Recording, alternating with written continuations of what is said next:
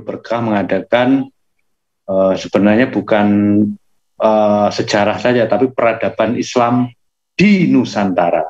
Nah, nanti kita akan kulik dari situ, dan saya adalah pecinta dan pembaca sejarah di banyak buku-buku sejarah yang tentu yang saya pilih yang nenek moyang kita dahulu ya dalam berislam, ya kan.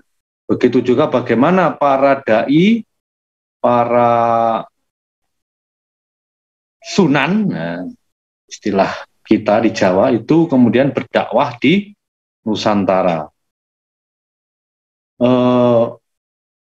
Hari ini ya, itu buku yang banyak kita bahas adalah bukunya seorang ya sejarawan dari Les Bumi NU. Beliau ini orang Malang juga ya, orang Pakis domisilinya. Kiai Agus Mustafa yang memang concern di dalam sejarah khususnya ya Wali Songo dan sejarah keislaman di Nusantara pada umumnya. Ya, buku ini adalah buku karya yang bagus, di samping buku yang ada di cover. Itu lebih lama, tahun 96 itu terbitan terakhir yang saya punya. Ditulis, itu skripsi sebenarnya, yaitu mengislamkan tanah Jawa, tapi kelasnya itu sangat bagus ya. Kemudian Pak Wiji Saksono namanya, itu kemudian menjadi dosen juga di Jawa Tengah, di Undip kalau nggak salah, ya kan, yang memang keahlian sejarahnya memang fokus ke Wali Songo.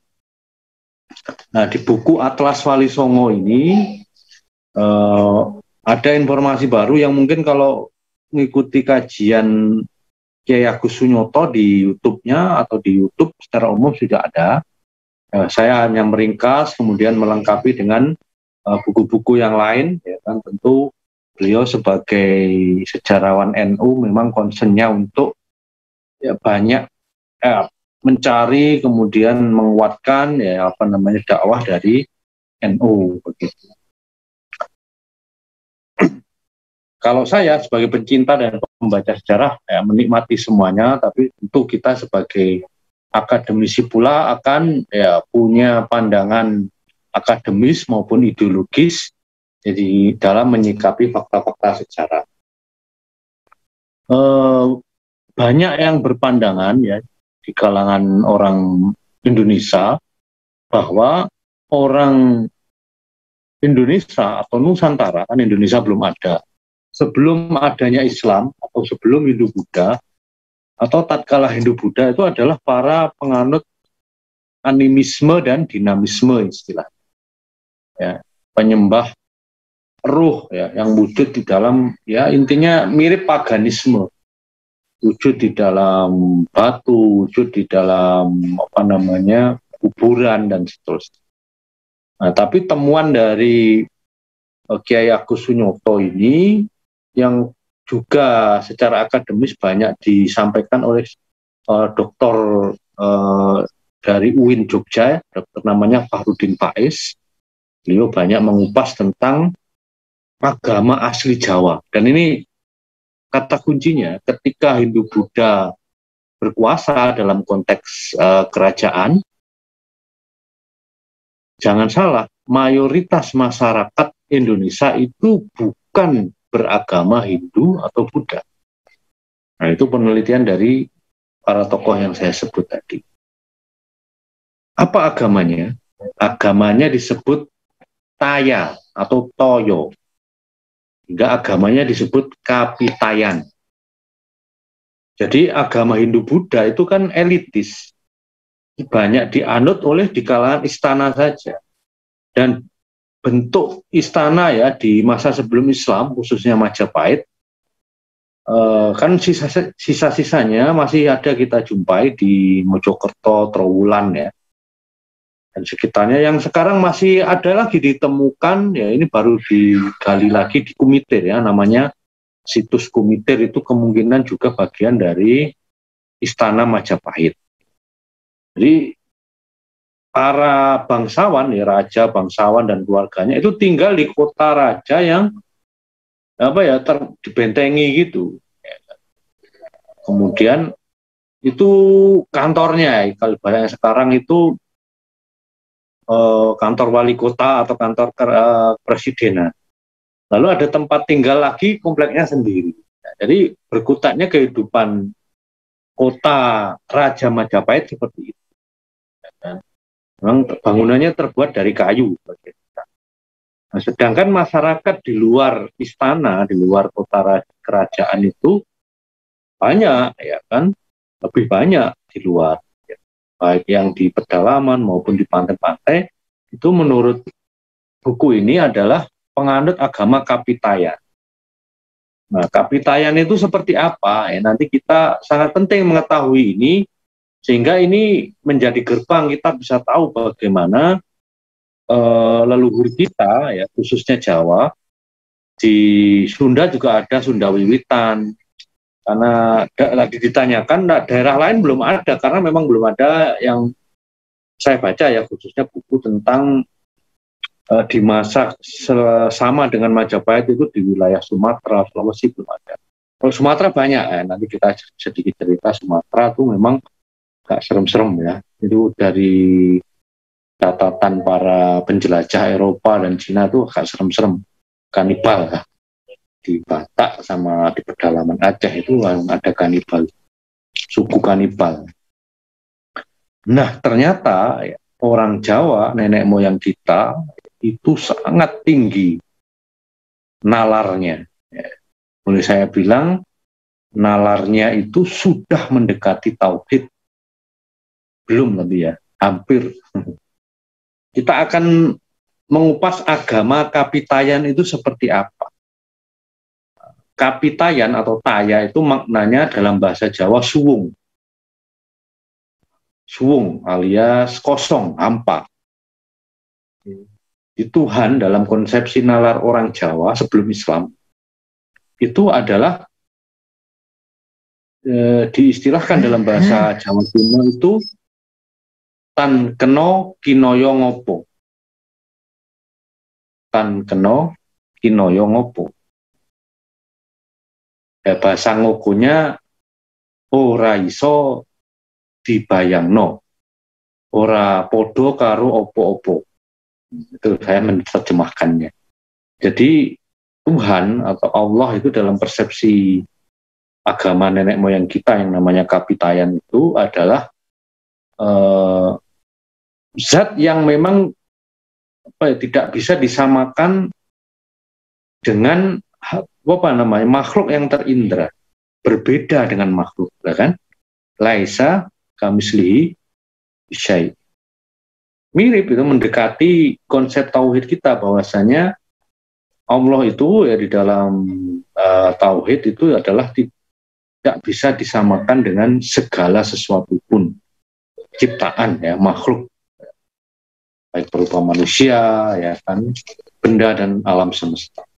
Nah itu konsepsi orang Jawa sudah nalar berpikirnya itu sangat tinggi untuk level saat itu, ya kan. Bayangkan dengan masyarakat Cina atau India yang kemudian membawa Hindu, ya kan. Kemudian Buddha juga dibawa, sebagian dari India juga. Dan mereka masih mewujudkan Tuhan kan dalam patung berhala.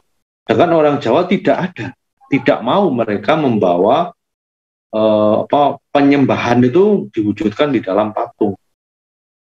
Itu cukup menarik. Ini saya membaca buku ini juga cukup senang ya, karena berarti keislaman kita itu memang berasal dari nalar nenek moyang kita yang mau berpikir serius. Tuhan itu seperti apa? Nggak cuma orang Yunani, ternyata leluhur kita orang Jawa itu juga berpikir sampai seperti itu dan menyimpulkan sudah hampir mendekati tauhid yang benar. Ya. Meskipun ya kekurangannya memang tradisi menulis itu tidak ada atau tidak banyak, sehingga karya-karya filsafat Jawa itu tentu tidak banyak dibandingkan dengan misalnya filsafat Yunani, filsafat Barat, filsafat Islam dan seterusnya. Itu nalar berpikir orang Jawa saat itu yang mayoritas. Sekali lagi, mayoritas orang Jawa saat itu adalah beragama Kapitayan. Jadi Hindu Buddha itu hanya dianut kalangan kesatria ya dan Brahmana, kasta yang memang di bawah, sistem kastanya memang di bawah, tapi kan tidak seperti di India kemudian orang Sudra itu benar-benar doktrin Hindu kan Brahmana itu lahir dari kepalanya dewa, ya kan? Apa namanya, dewa Brahma ya, Pak Wisnu. Kemudian kesatria itu lahir dari dadanya dewa. Kalau dari perut itu kasta Waisya, itu pedagang. Nah, kaki itu Sudra. Nah, terbukti kan itu tidak membekas ya sistem kasta itu karena memang terbukti tidak mayoritas Hindu Buddha. Jadi tidak benar itu sejarah yang mengatakan mayoritas agama orang Nusantara, khususnya Jawa sebagai Hindu terbanyak itu adalah Hindu Buddha. Dan itu terbukti secara ya, penelitian begitu. Nah, yang mendekati dengan kebenaran itu, kalau kita ke Arab ya, beberapa guru kita yang kebetulan belajar atau ke Mekah ya untuk berhaji itu tidak menjumpai model langgar seperti di Jawa. Ternyata itu ada hubungannya dengan Kapitayan karena orang Kapitayan ya ini yang level apa ya pendetanya itu punya tempat ibadah yang namanya sanggar. Sanggar itu tempat ibadah berbentuk kotak, di depannya dikasih ruang kosong. Ruang kosong itu melambangkan tadi Sang Hyang Taya, ya. Sang Suwung yang hampa, yang menggambarkan hampa. Hampa artinya tidak ada bentuk ya bagi Tuhan. Yang kemudian tempat itu sekarang menjadi langgar. Itu nanti kita akan cerita kalau sudah bab Wali Songo ya, bagaimana Wali Songo ya mengislamisasi orang Kapitayan itu secara tradisional, secara kultural gitu ya. Itu salah satunya peninggalannya itu sanggar. Kemudian kalau yang masyarakat awam itu apa namanya bentuk persembahannya diberikan kepada benda-benda yang mempunyai kaitan dengan huruf tu atau to. Dan Kapitaya, Taya, Toyo. Seperti ya, apa namanya tungku ya kan, kemudian tunda, watu, tombak. Jadi ada kepercayaan nanti berikutnya di tombak itu ada diberi nama kan. Ada namanya, jadi sampai tumbal itu juga ada, itu kan kaitannya dengan tu, Sang Hyang Tu. Jadi orang bahkan orang Jawa saat itu ya ketika awal mengenal pendakwah Islam itu menganggap orang Islam itu menyembah berhala karena yang disembah batu kata mereka. Ya kan? Karena belum tahu saja ya. Mereka ya beranggapan ya lebih tinggi, kita kan tidak menyembah benda, kita menyembah Sang Hyang Taya yang memang tidak bisa dibedakan. Nah, itu beberapa catatan di buku ini. Jadi seperti saya sampaikan di pertemuan pertama, jadi Nusantara atau Indonesia atau Indonesia ya, dalam penyebutan awalnya itu adalah wilayah yang cukup luas ya, dari atas itu di apa namanya Taiwan, Formosa, kemudian di Filipina, Indonesia, sampai ke Vietnam Selatan, bagian Thailand, kemudian sampai ke mendekati India ya, Burma, Myanmar. Itu secara geografis Nusantara itu seperti itu, yang mempunyai kesamaan tradisi yang ya tentu dimulai dari perdagang. Kemudian ada interaksi budaya, terbentuklah identitas Nusantara itu. Ya.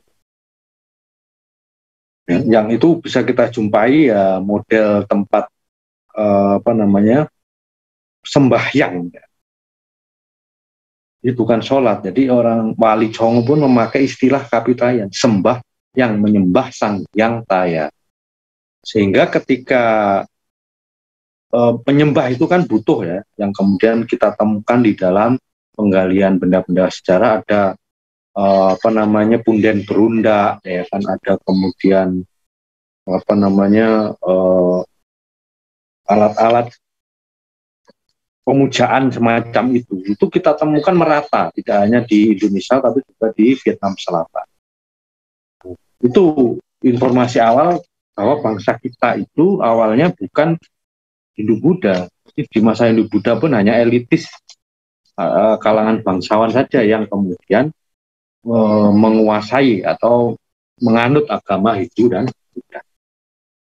Ya kan? Ya, sebelum masuk ke bab berikutnya kita ngopi dulu ya. Nah, ini buku kedua yang lebih tebal dan lebih lengkap ya pembahasannya, lebih detail maksudnya. Kalau Wali Songo tentu lebih lengkap pembahasan yang buku pertama tadi. Kita sudah tahu bagaimana gambaran nenek moyang kita itulah yang mungkin menjadi faktor mudah ketika ketemu faktor X-nya untuk di Islam. Tapi faktanya itu juga menjadi faktor sulit. Buktinya lama sekali diislamkan dari awal masuknya Islam yang banyak disampaikan para ahli, yang mulai abad ke-7 itu sendiri. Ke-7 Masehi itu 1 Hijriah, ya, awal ketika Islam berkuasa itu sudah ada ya dakwah secara tidak langsung tentunya oleh para pedagang Arab. Kan? Yang di bukunya Ahmad Mansur Suryanegara ya Api Sejarah jilid pertama ini disebutkan bahwasanya bangsa Arab dulunya itu adalah bangsa pengembara, kan? Seperti masa kini ya. Pengembara Arab itu terdiri dari para pedagang. Alwi bin Al-Haddad menyatakan jumlah mereka yang ada di Coromandel yang sekarang kita sebut dengan nama Keling itu ada 850.000 orang. Bahkan di sepanjang pantai Malabar itu di India Barat, jumlah mereka lebih banyak ya, 4 juta lebih. Sedangkan yang telah sampai di Cina itu puluhan ribu. Sehingga disediakan tempat-tempat khusus oleh Kekaisaran Cina saat itu di pelabuhan-pelabuhannya untuk tempat tinggal orang Arab. Maka wajar ketika orang Cina Muslim duluan dibanding orang Nusantara. Itu Cheng Ho dan Mahwan itu bukti dia Muslim dulu. Yang mencatat orang Islam di Nusantara, dia datang ke sini awalnya kan belum Muslim, tapi kemudian tercatat Muslim. Nanti kita bahas, ada 7 kali ya ke Nusantara. Jadi keterangan di Alwi bin Tahir Al-Haddad itu memberi gambaran ya, adanya keakraban antara wirausahawan Arab dengan raja dan masyarakat Cina.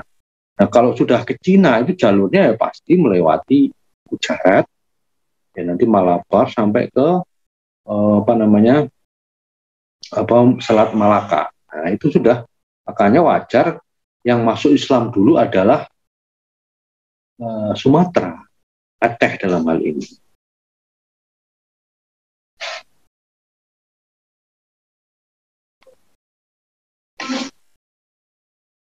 Nah, peta bumi pertama di dunia kan juga dimiliki oleh orang Arab ya, Al-Biruni. Nah, itu beberapa hal yang penting ya. Nah, kemudian ya kita masuk ke dunia akademis ya, teori-teori yang sebenarnya itu tidak semuanya itu kuat. Ya. Ini ada 3 teori yang paling banyak didiskusikan ya, di baik itu di sekolah level SMP, SMU sampai perguruan tinggi. Itu 3 teori ini, yaitu Gujarat, Persia, dan Arab. Meskipun sebenarnya ada 7 teori ya, kita akan singgung ya, semoga waktunya cukup ya. Teori Gujarat yang pertama itu ya, Gujarat itu di India Barat, karena itu jalur transit ya, dari Arab, bahkan dari Mesir itu transitnya di situ, sehingga ya ada kampung Arab, kampung Muslim ya, ketika orang Arab sudah memeluk Islam itu ada di situ, logikanya begitu. teori ini disampaikan oleh seorang apa ya kita menyebutnya ya misionaris dan think tank Belanda, namanya saya yakin sudah tahu semua, Snoek Bourgonje dan J. Piet Napel, orang Belanda. Ini penting untuk disampaikan karena teori ini sangat berkepentingan terhadap penjajahan Belanda. Jadi teori ini menganggap Islam yang masuk ke Nusantara itu tidak langsung dari Arab, tapi dari Gujarat, ya, yang ada di India Barat, yang berlayar melewati Selat Malaka. Bahwa menurut Piet Napel dan Bourgonje ada beda dua orang ini. Kalau Piet Napel masih beranggapan itu orang Arab mampir ke Gujarat lalu ke Nusantara, sedangkan Bourgonje tidak, ini bukan orang Arab, ini orang Gujarat ke Indonesia. Ini perlu dicatat, memang Bourgonje itu memang tujuannya ingin memisahkan Islam dengan orang Nusantara, ya, Jawa dan sebagainya, ingin dipisahkan. Kita itu bukan Islam identitasnya, tapi Hindu-Buddha. Nah, itu bagian dari proyek Belanda. Proyek penjajah, antara lain dengan ekskavasi Borobudur, ya, dibangun kembali, supaya itu ada identitas. Orang Jawa itu bukan Islam. Ya, termasuk Bourgonje membuat teori ini tujuannya kan itu. Tujuannya agar Nusantara, ya umat Islam di Nusantara itu tidak yakin bahwa dia punya hubungan dengan orang Arab, orang Islam awal. Gitu. Ya, itu teorinya sangat lemah karena hanya mengajukan adanya penemuan makam Sultan Samudra Pasai, yaitu Malik As-Saleh pada tahun 1297 yang bercorak Gujarat. Ini sangat aneh, ya, banyak kritikus yang sudah menyampaikannya, para ahli sejarah. Yang paling penting adalah di abad itu, di abad ke-13 itu, Gujarat itu adalah Hindu fanatik. Muslimnya sangat kecil, jadi sangat menutup kemungkinannya sangat-sangat kecil ya mereka kemudian menjadi dai yang menyebarkan Islam di Nusantara. Ya, itu jadi tidak mungkin. Jadi teori ini sebenarnya paling lemah ya menurut saya. Ada juga yang teori Cina itu juga lemah karena banyak kelemahannya. Nah, teori kedua yang populer adalah teori Persia. Ini disampaikan oleh seorang tokoh sejarawan, ya, Husain Jayadiningrat dan Umar Amir Hussain. Dan menurut beliau berdua, pedagang dari Persia lah yang membawa Islam ke Nusantara. Ya, Persia saat itu, ya di masa itu kan ya termasuk Baghdad, ya ibu kota Umayyah saat itu adalah sudah Islam dan itu tidak Syiah. Ya. Jadi salah ya kalau menganggap itu Syiah. Persia ketika awal dikuasai Islam itu tidak mayoritas Syiah. Ya. Argumen dari dua tokoh ini adalah karena ini abad 13 menurut mereka Islam masuk ke Nusantara. Karena adanya kesamaan tradisi aja di Persia yang Syiah dengan di Nusantara. Contohnya peringatan 10 Muharram. Ya, yang serupa dengan peringatan Tabu atau Tabut di beberapa wilayah di Sumatera Barat dan Jambi. Nah, itu teori Persia. Ya, tapi itu tidak kuat juga karena yaitu bukan Syiah saat itu, Baghdad itu sebagai pusat Persia yang ketika dikuasai Islam itu adalah justru pusat kekhilafahan Sunni, Ahlussunnah.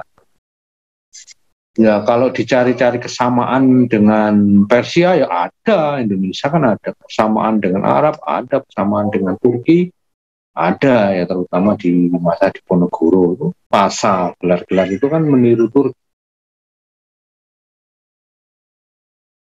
Teori Cina yang ketiga, tokohnya adalah Slamet Mulyana dan beberapa orang lain. Teori ini berpendapat ya, sebagaimana saya ungkapkan di awal, memang orang Cina masuk Islam lebih awal. Kanton itu adalah pusat Muslim Cina yang kemudian berdakwah ke Nusantara menurut teori Cina.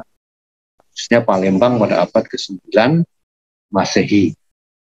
Buktinya adalah Raden Patah, Raja Demak itu adalah keturunan Cina, menurut dia.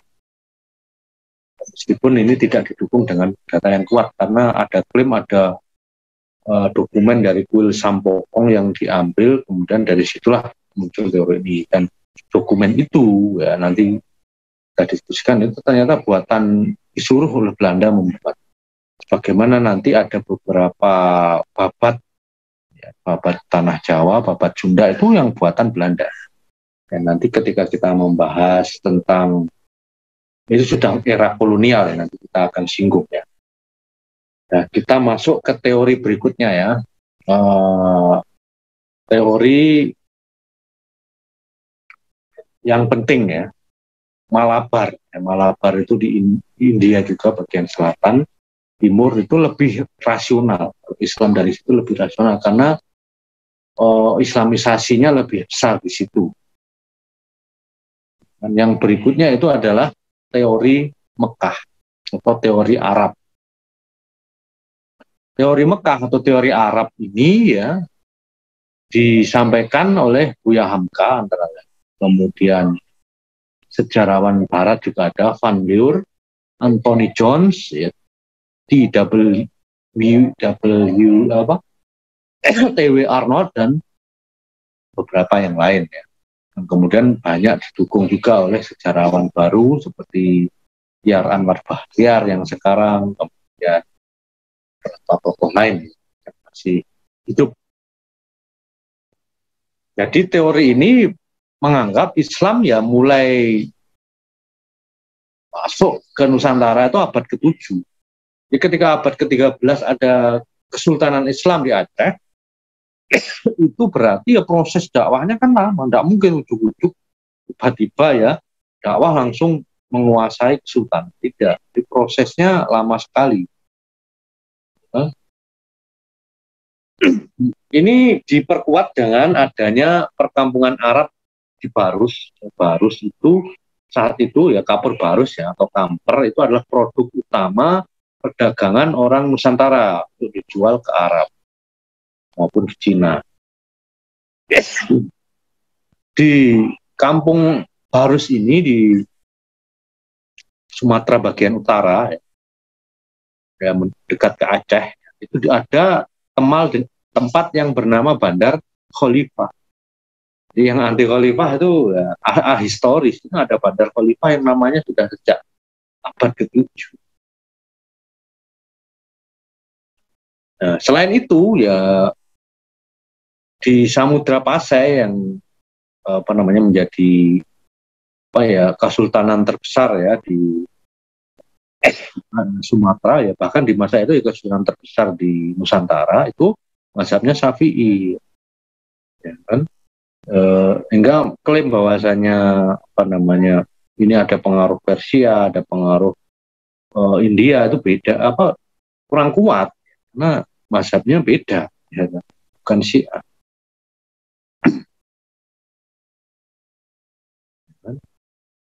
Itu teori yang paling mendekati sejarah, mendekati kebenaran data-datanya adalah teori Arab atau teori Mekah. Yang lain itu kan memang kemungkinan ada dari Malabar, dari Cina, dari Gujarat tuh. Saya juga yakin ada orang Islam saat itu yang berdakwah dari wilayah-wilayah itu. Cuma kalau yang ditanya itu awalnya ya itu mulai abad ke-7 ya. Ini saya kasih bocoran ya. Ini saya juga menemukan jurnal ya, jurnal di websitenya Universitas NU ya di Jakarta ya, baru universitasnya ini. Di jurnalnya juga baru 2020 ini ya terbitnya, yang mengusulkan ya ada teori baru yaitu teori pribumi. Ya, nanti detail mungkin kita akan bahas pertemuan datang, tapi ini bocoran aja. Bahwasanya ada sebuah kitab yang kemudian menyinggung adanya interaksi orang Nusantara dengan kekhilafahan di masa awal. Ya. Kitab itu namanya Ajaibul Hindi. Jadi keajaiban Hindia. Tentu Hindi sini maksudnya bukan India, anak benua India itu. Nah, penulisnya itu orang Persia, seorang penjelajah Persia yang bernama Buzurg Ibnu Syahriar Rahamurmus. Rama Hurmus. Rama Hurmus ini sebuah tempat di Persia. Itu ditulis tahun 399 Hijriah atau 1009 Masehi. Jadi ini perjalanan dari Arab ke sejumlah negara yang terhubung melalui rute Samudra Hindia. Ini buku ini adalah catatan tertulis yang memotret aktivitas dunia maritim di Samudra Hindia. Mulai dari Afrika Timur, Madagaskar gitu ya, India, Nusantara sampai ke Cina yang paling awal. Ya. Jadi kalau ada yang mengatakan orang Arab tidak suka melancong atau berdagang keluar, itu ya salah. Itu buktinya. Arab sejak awal memang suka berdagang, baik lewat darat ya ke Persia maupun ke Romawi, kita ke laut. Karena ada dalam hadis ada kan catatan seorang Arab Kristen yang kemudian masuk Islam, ya, dia bercerita ketemu pulau yang ada makhluk mengerikan yang mirip-mirip Dajjal ya, dalam hadisnya itu. Nah, ini bocorannya memang ada kaum Sarondib. Sarondib itu orang Arab menyebut Swarnadwipa. Swarnadwipa itu apa? Di mana? Nah, Sumatera. Alternatifnya cuma dua, yang disebut Swarnadwipa atau tanah emas itu kalau tidak Sumatera cuma atau Sri Lanka. Ceylon, Sri Lanka itu negeri pulau juga kecil di bawah anak benua India. Tapi yang diperkuat di dalam jurnal ini adalah Nusantara, ya, karena ya nanti ciri-cirinya akan kita bahas ya. Ini khusus kalau 2 minggu lagi. Ini baru saya dapat satu jurnal aja, tentu harus dilengkapi supaya menjadi makalah yang bagus. Nanti dari sini ya kita tahu bahwasanya interaksi awal itu sudah dimulai ketika Nabi Muhammad SAW mulai berdakwah. Ya, dalam kitab itu secara ringkas dikisahkan para pedagang dari Sarondib itu sudah mendengar ya keberadaan Nabi yang memulai dakwah, kemudian melaporkan kepada penguasanya, dan penguasanya itu mengirim utusan untuk bisa bertemu ya, dengan Nabi Muhammad. Meskipun nanti ketika bertemu itu sudah ketika utusannya dari Nusantara ke sana itu sudah masa Umar bin Khattab. Jadi ini luar biasa ini ya. Nanti kita bahas lebih detail pada pertemuan yang akan datang. Ya, jadi dari teori-teori itu kita bisa ambil kesimpulan bahwasanya bangsa Nusantara itu adalah bangsa pemikir. Nalar Jawa itu adalah nalar pemikir, bukan bangsa pembebek, apalagi bangsa budak, apalagi inlander. Yang nanti memang kita ya di masa kolonial itu benar-benar direkayasa oleh penjajah, baik itu Belanda, Inggris, sampai Jepang yang sebentar, untuk menjadi bangsa yang inlander, bangsa yang punya mental terjajah.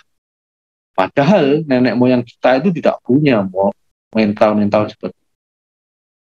Ya, dan bahkan di bukunya Ahmad Sunyoto itu orang Majapahit di masa sebelum Islam itu adalah gambaran orang Jawa itu adigang, adigung, adigun. Jadi dalam bahasa Jawa kuno, bahasa Kawi itu tidak ada istilah atau kosakata kalah, itu tidak ada. Yang tidak ada. Jadi adigang, adigung, adiguno, yaitu ya mendekati sombong yang sangat ya, tinggi lah, mendekati sombong. Nah, punya apa kepercayaan diri yang tinggi ya, mendekati kesombongan. Bahkan mereka menganggap kalau bangsa Nusantara atau Jawa khususnya itu tidak boleh jadi pembantu. Yang jadi pembantu itu orang asing. Beda kan dengan sekarang, nah, itu penjajah. Kita benar-benar dicuci otak ya, kita itu layak dijadikan budak. Padahal ketika sebelum Islam itu karakternya itu tinggi. Bahkan kalau ada orang asing, orang luar kerajaannya yang kemudian berjalan di depannya dengan mengangkat kepala atau terlihat sombong, bisa dibunuh. Yang kemudian ketika Islam datang itu kemudian diperbaiki, ya kan, nalar Jawa yang sudah baik itu ya, menurut standar saat itu ya. Bandingkan dengan orang Eropa yang kemudian dari penyembah berhala menerima Trinitas, ya, tentu nalar Kapitayan kan lebih bagus. Ya, tapi kemudian itu ibaratnya kan memang nalar atau akal yang tidak dibimbing wahyu ya, pada akhirnya kan juga tersesat. Ya, karena tidak dibimbing wahyu ketika sudah sampai pada kesimpulan monoteisme tanpa ada wahyu, ya cara peribadatannya, cara mendefinisikan Tuhan itu tentu adalah dari akal semata. Ya. Tapi itu bentuk, ya kita bersyukur punya nenek moyang seperti itu, dan itu yang karakter itu yang harus kita tanamkan ya kepada generasi muda kita, anak-anak kita. Ya. Kita itu punya peradaban yang tinggi, bahkan sebelum Islam. Apalagi dengan Islam. Yang kemudian dihancur leburkan oleh penjajah, bahkan meskipun kita tidak dijajah lagi secara fisik, ya, itu juga dihancur leburkan ya, kita menjadi bangsa yang bermental bahkan sampai ke level pembantu, ya, ke level budak. Ya. Dan hanya dengan Islam lah ya kemudian kita bangkit, kita akan meraih kembali kemuliaan itu. Nah, sebagaimana yang dilakukan oleh para wali sana, ya, secara historis sebutan menurut referensi dari Sultan Agung itu wali sana, ya, bukan Song. Karena memang jumlahnya lebih dari 9. Memang ada 9 yang punya keistimewaan, tapi jumlah wali yang berdakwah di Nusantara itu lebih dari itu. Ya kan? Jadi bersyukur ya kita punya nenek moyang seperti itu. Bersyukur juga kita nenek moyang kita kemudian memilih Islam yang melalui dakwah para ulama. Dan semua ulama itu rata-rata dari luar negeri ya, transnasional. Tidak ada orang Islam anti transnasional. Ya kan? Paling dekat ya orang dari Campa ya, ada Sunan Ampel, ya, masih darah dengan kita. Ya, yang lain kan juga ulama dari Timur Tengah, dari Persia. Ya, itu nyata. Jadi Islam kita ya sama dengan orang Islam Arab pada awal itu. Cuma ada budaya dan tradisi lokal yang dilihat tidak bertentangan dengan syariat Islam. Nah, itu dijadikan budaya di dalam rangka untuk memasukkan Islam dengan budaya itu agar masyarakat lokal bisa menerima, ya, itu konteksnya. Tapi hukumnya ya sama, ya kan, hukum yang diterapkan hukum Islam, ya kan, di Kesultanan Demak, Kesultanan Pajang, Jepara, ya Samudra Pasai, semuanya hukum Islam dalam sesuai dengan mazhab Syafi'i bahkan. Ya. Karena ini bentuk kita terenyuh juga ya, di masa reformasi ini, di akhir-akhir ini kok malah banyak orang mengatasnamakan kejawen, mengatasnamakan budaya Jawa, tapi dalam konteks ingin ya nguri-nguri budaya Jawa tapi anti Islam, ya kan, ya tentu dia tidak secara frontal ya anti hukum raja, hukum Islam yang dianggap tidak cocok itu mereka anti. Ada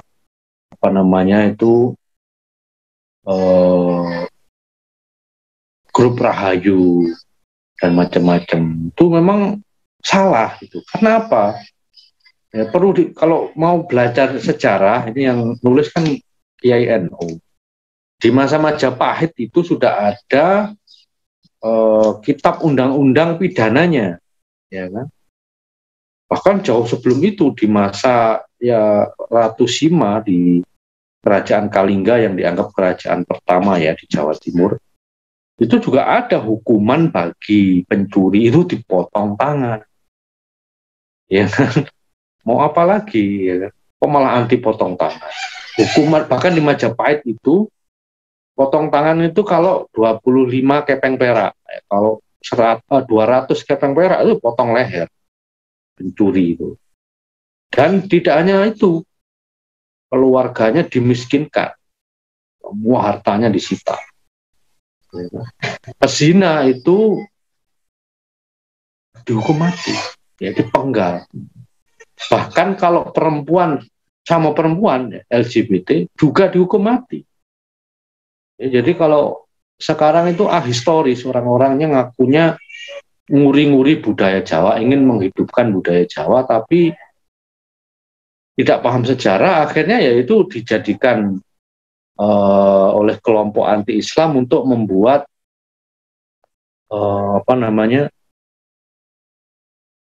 Islamofobia. Ada komunitas Rahayu dan macam-macam.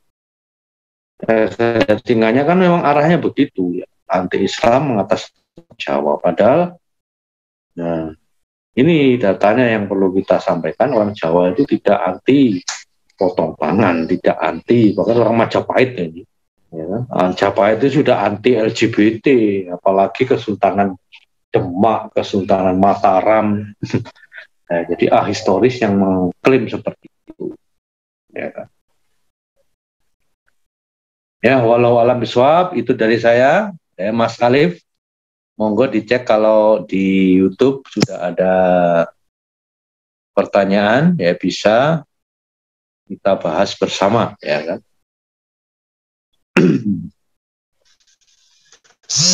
Ya, alhamdulillah pemirsa sekalian, ternyata betul ya tebakan kita bahwasanya banyak sekali hal-hal baru yang menjadi masukan ya, terutama pada diskusi malam hari ini tentang teori-teori masuknya Islam di Nusantara, termasuk juga tadi ada agama asli Jawa yang tadinya kita seringkali beranggapan hanya sekedar animisme, dinamisme Hindu-Buddha. Ternyata ada yang namanya agama, agak susah tadi bacanya. Agama apa Ustaz? Kapitaya. Masya Allah ya. Bahkan kata sembahyang itu merupakan bagian dari asimilasi dakwah yang digunakan para sunan, para dai untuk mendekatkan Islam dengan budaya atau agama di masyarakat Jawa kuno begitu. Ini luar biasa.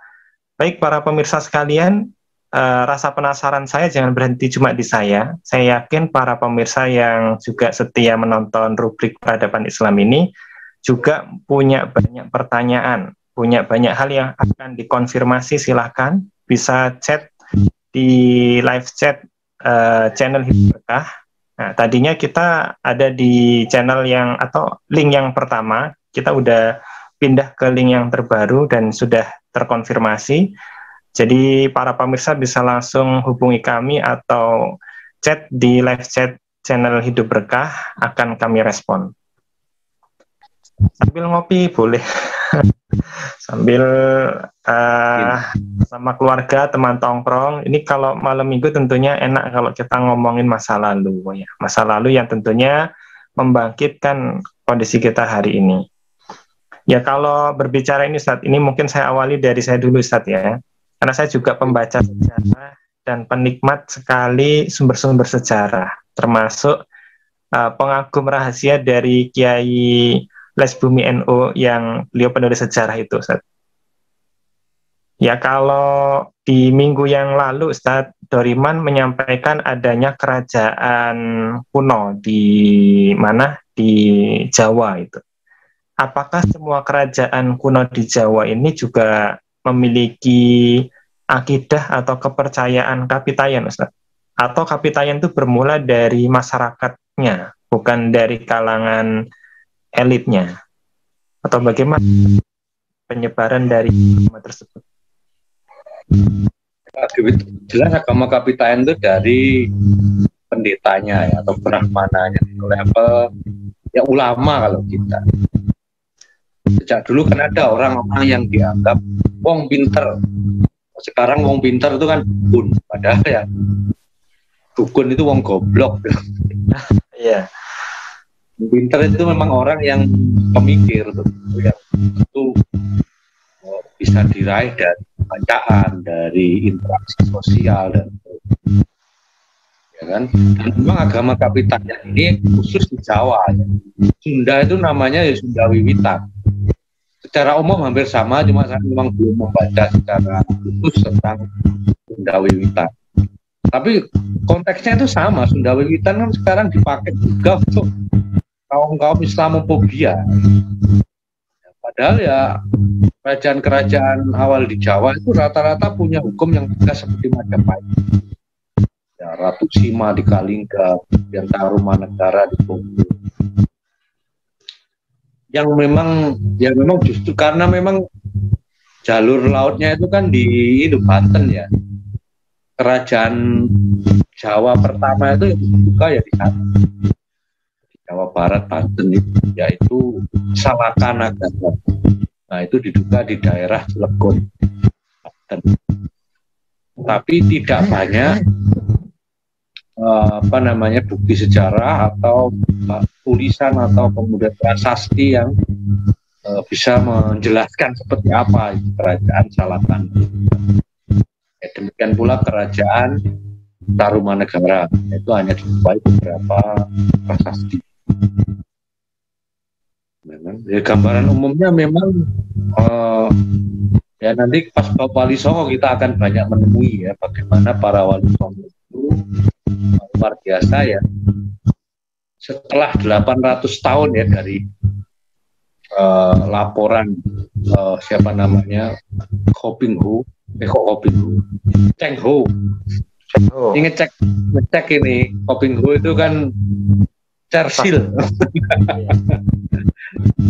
Jangan jadi dianggap sama Cheng Ho sama Cheng Ho. Laporan Cheng Ho itu ketika ada Islam di Pasai atau di Sumatera Pasai, kemudian dia kunjungan terakhir dia sempat ke Jawa bersama Mahuan itu sudah ada Islamisasi masif itu berkat ya para wali ya. Yang sebelumnya dakwah sebelumnya itu mentok gitu. Tidak bisa mengislamkan secara masif ya khususnya orang Jawa. Tapi ketika tim dakwah Wali Sana atau Wali Songo ini ya datang ya, banyak diceritakan ya di buku yang jadi cover kajian kita hari ini, Mengislamkan Tanah Jawa, Wiji Saksono, ya kan, yang itu detail. Wali Songo itu bukan tokoh fiktif loh ya. Karya-karya atau tulisan-tulisan terkait Wali Songo di zamannya masih ada yang bisa diselamatkan. Sayangnya memang itu dirampok. Yang rampok ya Belanda, Inggris, kemudian Prancis, Portugis. Jadi kita temui sumber-sumber sejarah itu justru di Leiden, di Belanda, Vatikan, di Italia, itu Vatikan. Itu kalau memang serius ya harusnya kita minta minimal kopi-kopinya lah. Karena dirampok itu disimpan di sana kekayaan kita. Yang jadi rujukan di buku Mengislamkan Tanah Jawa itu kan ada 3 rujukan penting tentang Wali Songo, yaitu Koprak Ferrara.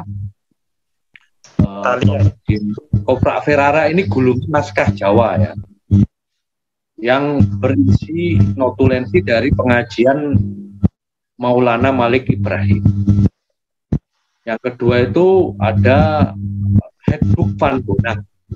Ini tulisan Sunan Bonang, ada itu di Leiden. ya, berisi tentang jadwal pengajian Sunan Bonang, kemudian notulensi dan rapat wali Songo lah atau wali sana, itu rapat di situ dibahas, misalnya membahas aliran sesat itu ada di notulensi itu yang diteliti oleh Profesor Wiji Saksono. Yang terakhir yang menjadi karya yang lokal yang masih di Jogja itu Serat Wali Sana. Jadi sebutan awalnya itu Wali Sana. Di serat ini ditulis atas perintah Sultan Agung Hanyokrokusumo.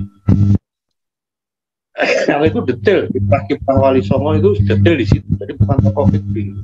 Jadi kalau ada ustadz yang memang harapannya berbeda dengan Aswaja, kemudian mungkin Wali Songo fiktif, itu ya terlalu fanatik, tidak membaca buku sejarah, tidak paham pembuktian sejarah, tapi mungkin Wali Songo fiktif, Wali Sana, lebih tepatnya Wali Sana. Jadi di Serat Wali Sana yang ditulis di masa Sultan Agung itu detail. Nanti kita pas bab Wali Songo kita bisa diskusikan, ya udah banyak pendapat ya tentang Serat Wali Sana ini. Ya, mulai di masa itu sebenarnya kan tradisi penulisan sudah baik, tapi kemudian ketika Belanda mengalahkan Mataram, ya, kemudian terus Sultan Agung itu berkhianat, malah bekerja sama dengan Belanda. Nah, itu mulai nanti darah kita itu diracun, ditulis sejarah-sejarah palsu, ditulis bahkan babat tanah Jawi itu ada yang palsu. Itu dibuat khusus oleh Belanda, memerintahkan misionaris, kemudian orang Jawa yang murtad untuk menulis babat tanah Jawi, kemudian babat Kediri, dan beberapa tulisan lainnya, yaitu kita bahas. Yang intinya memang kita punya peradaban yang besar yang kemudian dihancur leburkan oleh penjajah. Wallahu a'lam. Baik, Ustaz. Banyak ternyata rujukan-rujukan kita ini salah sumber, ya. Kita ini adalah generasi yang belajar dari sumber yang salah, sehingga kita mengiranya Islam itu sebagaimana agama-agama Nusantara lainnya yang berkembang dan tanda kutip mungkin berevolusi sesuai perkembangan zaman. Ya, padahal kalau kita belajar sejarah kita temukan Islam itu sama sekali berbeda dengan agama masyarakat pribumi, begitu ya, Ustadz. Ini ada sebuah pertanyaan, Ustadz, dari pemirsa kita di channel YouTube. Pertanyaan dari siapa ini ya namanya? Mas Fahman. Ya, beliau bertanya bagaimana meluruskan sejarah yang dahulu ketika kita belajar di sekolah itu berbeda dengan sejarah yang sebenarnya. Misalkan agama yang mendominasi Jawa dulu dikatakan animisme, ya, sementara yang kita tadi diskusikan lebih dari sekedar animisme, atau mungkin bisa dikategorikan animisme, ya, Ustadz, Kapitayan tadi itu. Nah, baik. Ya, satu-satunya cara untuk mengubah sejarah itu ya namanya his story. Dalam bahasa Inggris kenapa disebut his story? Ya karena story-nya his. Story-nya laki-laki, gitu. Story-nya pemenang, story-nya penguasa, begitu.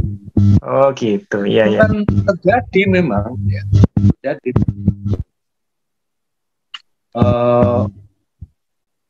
cara terbaik ya dan cara yang paling rasional seharusnya ya pemerintah itu mengumpulkan ya para ahli sejarah yang mumpuni, ya kan, ya diberi dana untuk menyusun ya sejarah yang benar.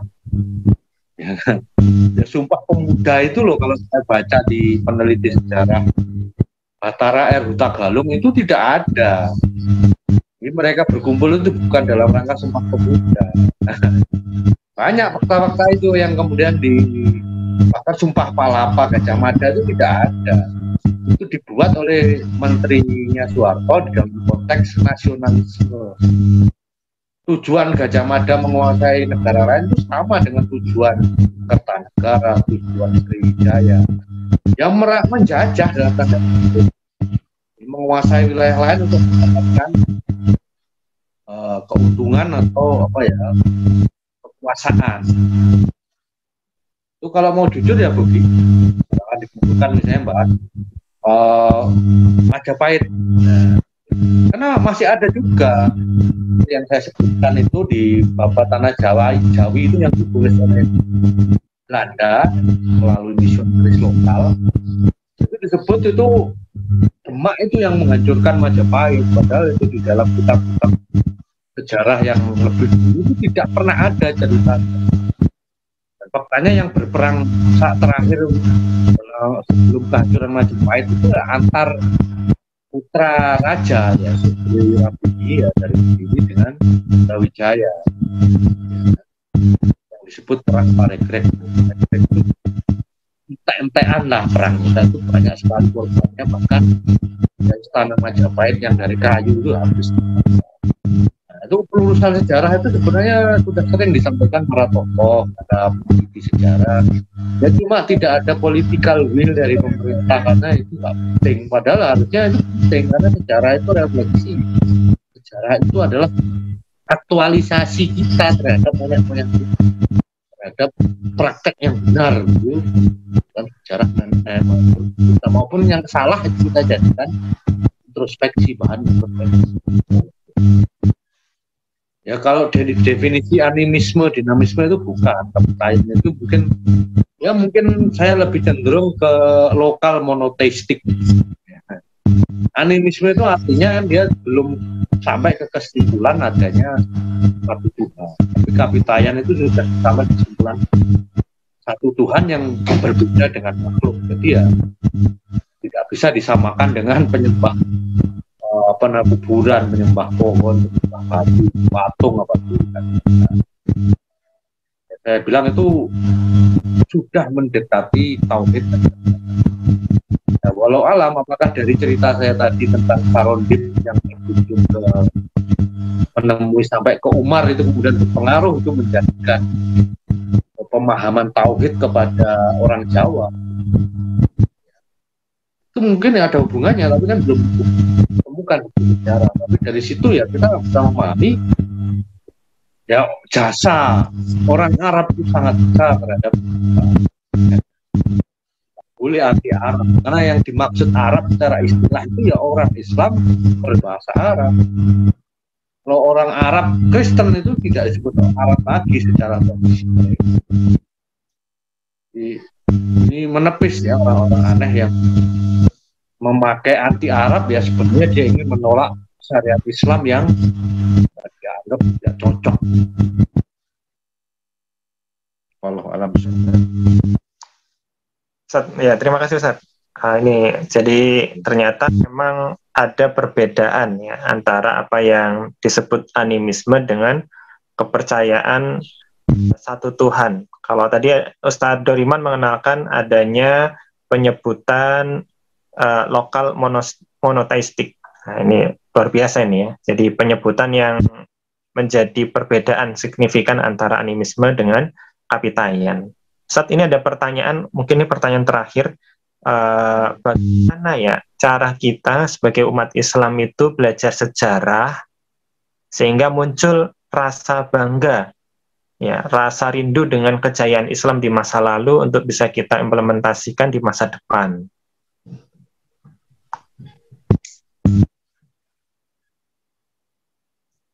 Ya, yang terpenting itu kan belajar apapun ya kita harus tahu sumbernya dari mana. Bagaimana kita belajar sirah nabawiyah itu kan ada verifikasi, itu kan hadis, ya kan. Kalau kita baca sejarah misalnya yang nulis aktivis jaringan Islam liberal, ya itu secara normal kita sudah harus hati-hati karena dia posisinya didanai oleh asing Amerika. Bagaimana kita membaca Babat Tanah Jawi, Babat Kediri yang memang ditulis oleh misionaris. Dari Babat Tanah Jawi itu lahir Gatoloco, Serat Gatoloco, kemudian Darmo Gandul. Itu tulisan misionaris, begitu, ya kan? Tidak layak dijadikan rujukan. Itu dari sisi itu aja sudah tahu, apalagi ketika kita membaca isinya, ya Dan membaca isinya ini meskipun ditulis Kiai RU tapi dengan metode sejarah yang benar, penelitian yang serius, ini sangat layak kita baca. Apalagi ini beliau ini tokoh sepuh yang punya bukan hanya ahli sejarah tapi sebagai pelaku sejarah. Nah, usianya sudah sepuh sekali. Itu layak kita jadikan ketika membaca sejarah. Dan para ulama ketika menulis sejarah itu pasti ya kan, selain tujuan memang isinya itu pasti ada ibroh-ibroh yang akan disimpulkan dari situ.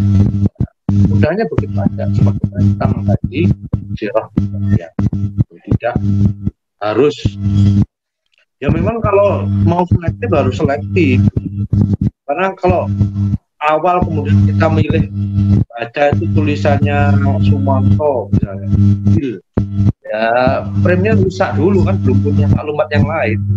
Kita baca dulu yang tokoh-tokoh sejarah yang ya akademis lah ya.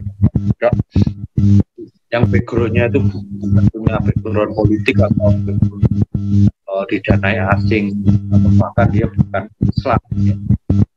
Misionaris dalam hal ini, itu ya layak kita curigai sebelum kita membaca dan memasukkan maklumat itu ke dalam otak kita ya. Ya, itu beberapa contoh buku yang saya baca dan rekomendasikan, itu cukup bagus ya isinya, dan referensinya juga disebutkan dengan baik, bisa dicek dan dicek. Bahkan ya seperti penelitian langsung ya, seperti teman-teman JKDN itu kan langsung adanya referensi, kemudian datang ke lokasi, bertanya kepada guru kunci dan sebagainya, untuk tempat-tempatnya langsung berbicara. Itu memang metodenya seperti itu, penelitian yang memang bisa dipertanggungjawabkan oleh orang peneliti yang punya integritas, tidak dibiayai. Bagaimana apa tanah Jawa kan jelas dibiayai Belanda, wajib kita curi ya kan? Nah, ini seperti tulisan Ken Arok, nah, itu juga dicurigai itu adalah buatan Belanda untuk mendeskripsikan kita. Masa Ken Arok itu nanti nurunnya sampai ke Majapahit, masa keturunan Raja Majapahit itu Ken Arok apa perampok, pemerkosa, pembunuh suami orang, menurunkan ratu-ratu Jawa. Nanti itu juga jadi Raden Patah. Nah, itu tulisan yang patut dicurigai ya, yang sumber dari cerita Ken Arok. Ya, itu nanti kita bahas di bab ya, khusus ya tentang peran penjajah di dalam menghancurkan atau mengaburkan sejarah Islam di Indonesia.